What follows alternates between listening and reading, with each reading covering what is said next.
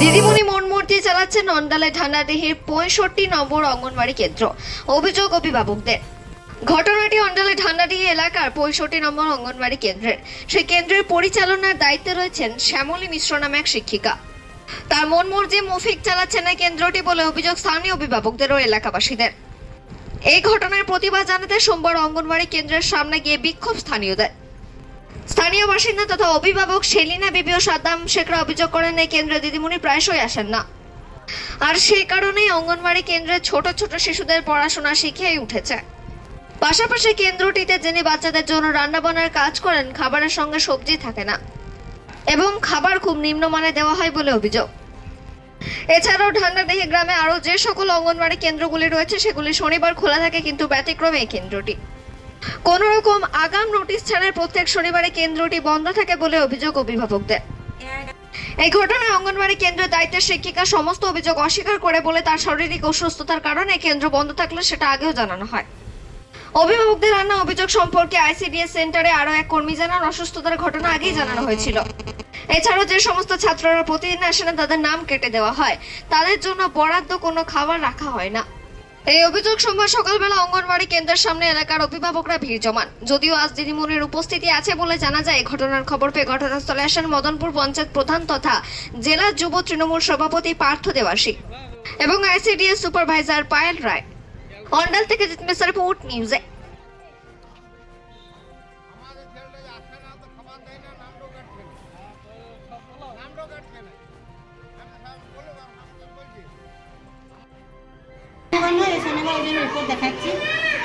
কিন্তু স্থানীয়দের মুখে যেটা শোনা যাচ্ছে সেটা প্রত্যেক শনিবার নাকি বন্ধ থাকে।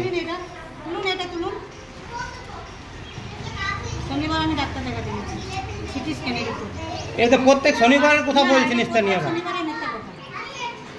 মানে স্থানীয়রা যেটা বলছে সেটা ভুল বলছে। পুজোর সময় কীর্তন হোক যাই হোক এইখানে এক সপ্তাহ ছুটি দেওয়া হয়।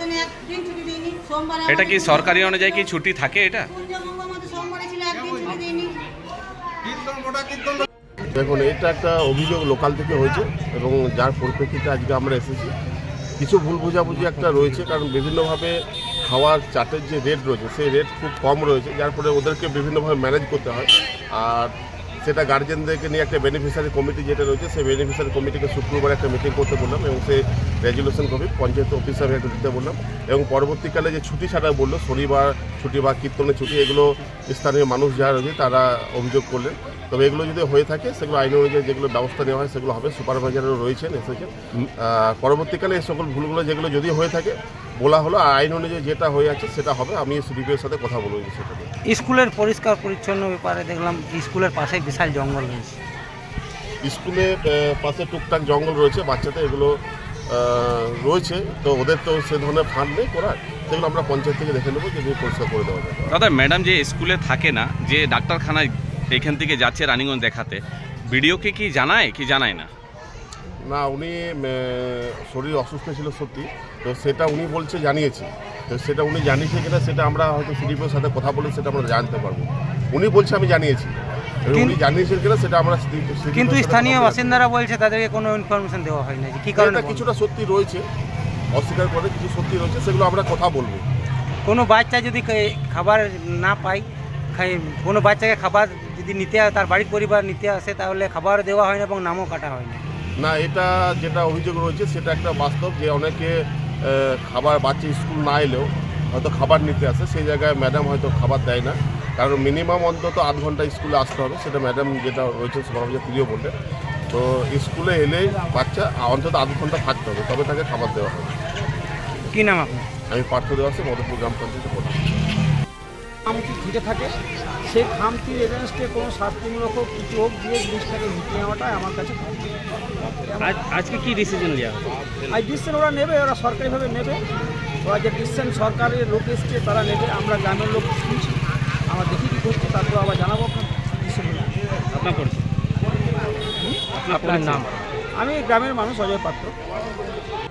ইনফরমেশন ছিল না, আমাদের ইনফরমেশন আসার পর আমরা আজকে যে এসেছিলাম তার জন্য সব কিছু দেখা হলো, সব কিছু ঠিকঠাকভাবে চলবে আগামী দিনে এটাও বলা হলো।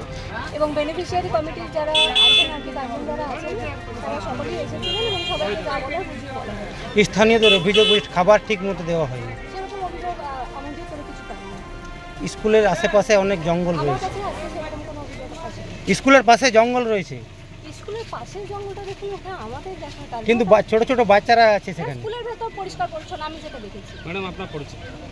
আমি একজন সুপারভাইজার।